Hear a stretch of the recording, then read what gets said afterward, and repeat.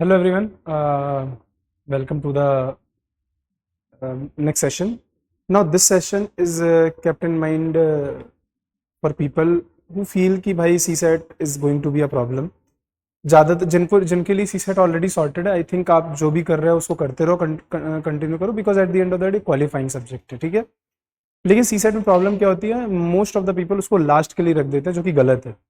मैंने सीजीएल किया था, उस टाइम पे ही मैंने कुछ प्रैक्टिस जो की थी वो आज तक मेरी काम आ रही है। मैंने अलग से कभी भी यूपीएससी सीसैट के लिए एज सच नहीं किया है, ठीक है। बट मैंने एक चीज़ नोटिस की है जो उस टाइम पे था, वो यहाँ पे भी काम आता है लोगों को।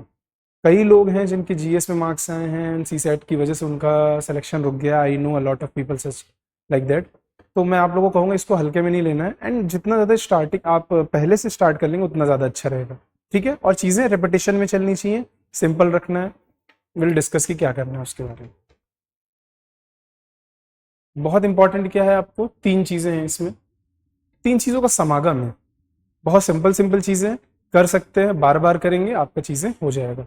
सबसे पहला इंपॉर्टेंट चीज़ है, किसी भी आप एप्टीट्यूड वाली किसी से भी पूछेंगे जो बैंकिंग की सीजीएल वगैरह की तैयारी किया है, प्रैक्टिस बहुत ज़्यादा मैटर करती है उसमें। इन जीएस वगैरह में हम कोशिश करते हैं पढ़ना, एनालिटिकल स्किल्स डेवलप करना, यहाँ पे प्रैक्टिस बहुत ज़्यादा ज़रूरी है। प्रैक्टिस नहीं करेंगे तो आपको समझ में नहीं आएगा उस तरह के क्वेश्चंस को बार बार कैसे करना है, ठीक है। तो प्रैक्टिस बहुत ज़्यादा इंपॉर्टेंट है, ठीक है।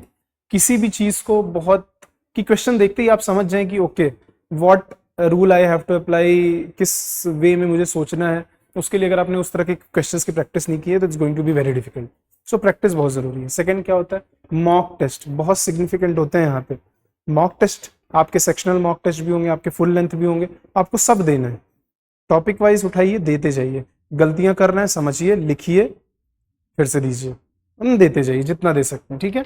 एंड यूट्यूब यहाँ बहुत इंपॉर्टेंट सोर्स है। कई सारे आपको टीचर्स मिल जाएंगे जो आपको उस कंसेप्ट को पढ़ा रहे होंगे। आपको टाइम वाला, डिस्टेंस एंड टाइम में प्रॉब्लम आती है, या आपको ज्योमेट्री वाले में क्वेश्चंस में प्रॉब्लम आ रही है, या फॉर एग्जांपल आपको वर्क डन वाले क्वेश्चंस में प्रॉब्लम आती है, तो आप उसके यूट्यूब की वीडियोस देख सकते हैं, कंसेप्चुअल क्लैरिटी ले सकते हैं, and then you again directly आप फिर पूछ जाएंगे प्रैक्टिस पे। तो यूट्यूब पे आपको वीडियोस मिल जाती हैं। आप इसके लिए गूगल का भी यूज़ कर सकते हो, चैट जीपीटी वगैरह पे भी फॉर्मूलाज निकाल सकते हो अगर फॉर्मूला की ज़रूरत हो तो, ठीक है। स्ट्रॉन्ग पार्ट फर्स्ट अटेम्प्ट, यहाँ तरीका भी होना चाहिए टेस्ट देने का। कई बार टेस्ट में हम लोग जो देते हैं उसमें मिस कर जाते हैं कि कैसे हमें टेस्ट लिखना है। होता क्या है, आप सोचते हो स्टार्टिंग से स्टार्ट करें और सब सारे के सारे क्वेश्चंस कर लें। ये सेम चीज़ है, टेस्ट के लिए भी यही है, यही सेम चीज़ है मेन एग्जाम के लिए भी, आपके प्रीलिम्स। पहला अटेम्प्ट जो होना चाहिए उसमें स्ट्रॉन्ग पार्टी डालनी चाहिए। स्ट्रॉन्ग टॉपिक जो आपके हैं उसमें आप कोशिश करेंगे, मैक्सिमाइज करेंगे अपने मार्क्स, वहां से कॉन्फिडेंस और मोमेंटम डेवलप करेंगे। जब वो कॉन्फिडेंस एंड मोमेंटम डेवलप होगा उसके बाद अपने आप एक्यूरेसी बढ़ जाती है। स्टार्टिंग में अगर आप कोशिश करेंगे उनमें कोई कि या तो नंबरिंग वाइज ही करने लग जा रहे हैं, या कोशिश कर रहे हैं कि हार्ड पार्ट करके खत्म करते हैं, अगर वहां पे आपको थोड़ा सा भी कॉन्फिडेंस का लॉस हुआ ना, ये पूरा पेपर आपका चौपट हो सकता है और वो बहुत खराब हो जाएगी आपके लिए चीजें। तो पूरा पेपर को जो 2 घंटे उसमें आपको कंप्लीट करना है, अच्छे से क्वेश्चन ज्यादा, तो आप पहले स्टार्ट करेंगे इजी वाले में, कोशिश करेंगे मैक्सिमाइज करेंगे अपने मार्क्स, अपने आप को सेव करेंगे, and then you will go on from there कि आप अपने आप को कंफर्टेबल जोन में लेके जाना चाहेंगे। आप मैनेज करेंगे वीक पार्ट, एलोकेट टाइम उस हिसाब से करेंगे, वही क्वेश्चन करेंगे जो आप सॉल्व कर सकते हैं। डिफिकल्ट और लेंदी क्वेश्चंस में स्टक नहीं करना है, ज्यादा टाइम से ऊपर जा रहा है छोड़ दीजिए और वापस से आइए अगर आपके पास टाइम है। बहुत सिंपल स्ट्रेटजी है, पर बहुत लोग ये मिस कर जाते हैं, मत मिस कीजिएगा ये चीज को, ठीक है। तो अब स्ट्रेटजी क्या होनी चाहिए बात करते हैं, ठीक है। सबसे पहले अच्छी टेस्ट सीरीज पीवाईक्यूज अपने पास स्टोर करके रख लीजिए, ठीक है। टॉपिक वाइज चलेंगे, क्वालिटी टेस्ट सीरीज और प्रीवियस ईयर क्वेश्चंस करेंगे, ठीक है। सेक्शनल टेस्ट, टॉपिक टेस्ट, सारी चीजें कीजिए। जो जो वीक आपको लग रहा है, अब इंपॉर्टेंट चीज है, वीक एरियाज है उसकी जाइए आप यूट्यूब पे, जाइए गूगल पे, रिसोर्सेस फॉलो कीजिए, जाके उससे पढ़िए, समझिए, उसके कुछ अगर आपको शॉर्ट नोट्स बनाने बनाइए, then again go back to this practice. अब आपको पता चलेगा कि कुछ क्वेश्चन है जो आप बार बार मिस्टेक्स कर रहे हैं, पढ़ा आपने उसके बाद भी आपने किया, अब बार बार मिस्टेक्स कर रहे हैं, समझने में प्रॉब्लम हो रही है, या फॉर्मूलाज भूल जा रहे हैं, या कैसे अप्रोच करना है वो भूल जा रहे हैं। इसके लिए एक स्मॉल कॉपी बनाइए, ठीक है। स्मॉल कॉपी सिंपल सी बनाएंगे, उसमें केवल आप क्या करेंगे, जो भी क्वेश्चन आप बार बार गलत करते हैं क्वेश्चन लिखेंगे, उसको सॉल्यूशन कैसे करना होता है वो स्टेप वाइज लिखेंगे, and then leave. Leave it, that is it. फिर कभी आप सुबह उठ रहे हैं, आप अपने ब्रेकफास्ट कर रहे हैं, आप फटाफट ही अपनी छोटी कॉपी एक बार पन्ने पलट लीजिए, एक बार गो थ्रू कर लीजिए। बस इस तरह के क्वेश्चन में ये अप्रोच होती है। बंद। लंच के टाइम पे वापस से ओपन कीजिए, देख लीजिए, खत्म कीजिए। डिनर के टाइम पे सेम।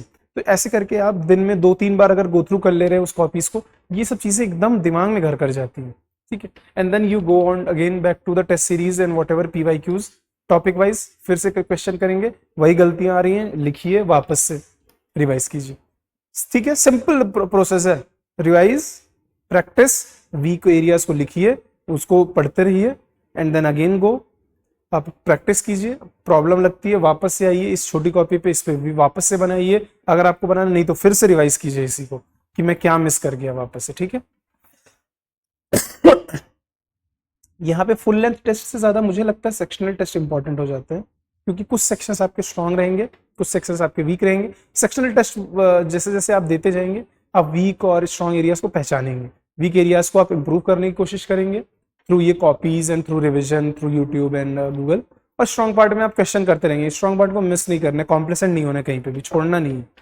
और फिर लास्ट टाइम पे आप जैसे ही आपके पास कॉपी आएगी प्रीलिम्स में, आप काफी अच्छे एक मोड में रहेंगे, काफी अच्छे से आपने सोचा हुआ होगा कि भाई I have already gone through this, मैंने एक प्रोसेस फॉलो किया हुआ है, मुझे पता है ये चीज मेरे स्ट्रॉन्गर पार्ट है, मैं इस पे ध्यान देता हूँ, जो मेरे वीकर पार्ट्स हैं उसको मैं बाद में हैंडल करूंगा। तो ये सेक्शनल टेस्ट देने से ये अंडरस्टैंडिंग डेवलप आ जाती है। फिर फुल लेंथ आप देंगे ताकि अपने आप को टाइम मैनेजमेंट सिखा सके, आप सिखा सके कि जो अप्रोच मुझे फॉलो करनी है टेस्ट में, क्या मैं वो अप्रोच फॉलो कर पा रहा हूँ या नहीं। वो भी बहुत इंपॉर्टेंट होता है कि लोग अप्रोच ही वापस से, वो फिर जैसे क्वेश्चन पेपर आता है वापस से वही पुराने में चले जाते हैं कि चलो स्टार्ट करते हैं एंड स्टार्ट से एंड तक करेंगे क्वेश्चन। ऐसा नहीं होता है। दिमाग में ये भी नहीं रखना है कि मुझे 40 क्वेश्चन ही बस करके आने हैं, या दिमाग में ये भी नहीं रखना है कि मुझे केवल 50 क्वेश्चन करके आने। दिमाग में कुछ नहीं रखना, जाना है अपने स्ट्रॉन्गर पार्ट को मैक्सिमाइज करना है, वीकर पार्ट को मैनेज करना है। क्वेश्चंस के एक सर्टेन टाइम लिमिट पहले से डिसाइड करके रखो, उससे ज्यादा बहुत ज्यादा एक्सटेंड हो रहा है तो बिना मतलब का नहीं फंसना है। ठीक है, ये कुछ क्वेश्चंस ऐसे बना के दिए जाएंगे जिसमें आपका विदाउट कुछ किए बिना भी आपका 5 मिनट, कोई मिस्टेक किए बिना भी आपका 5-5 मिनट चला जाए।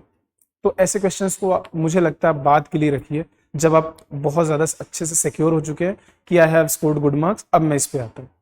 ध्यान रखिएगा ये चीज। ठीक है, तो that will be it for CSAT। बहुत सिंपल है पर ये बहुत नॉन नेगोशिएबल है, ध्यान रखना है। ठीक है इन चीज़ों का। एंड ये PMY का मंत्र याद रखना है, प्रैक्टिस कीजिए, खूब सारी प्रैक्टिस कीजिए। मॉक टेस्ट वगैरह कुछ सिग्निफिकेंस है यहाँ पे ज़्यादा, एंड यूट्यूब को सोर्स को यूज़ कीजिए। एंड दैट कॉपी, वो स्मॉल कॉपी बनाना ज़रूरी है, तो PMYC ले लो, वो कॉपी बनानी बहुत ज़्यादा ज़रूरी है जिसमें आप अपनी मिस्टेक्स जो भी बार बार कर रहे हैं उसको क्वेश्चन को लिखेंगे एंड अप्रोच के साथ लिखेंगे कि इस तरह के क्वेश्चन में ये करना है, और बार बार उसको पढ़ेंगे, बार बार उसको गो थ्रू करेंगे ताकि आपके दिमाग में ये चीज़ फिट हो जाए कि हाँ इस तरह के क्वेश्चंस में ये अप्रोच करनी है। ठीक है, तो that was it from my side for CSAT।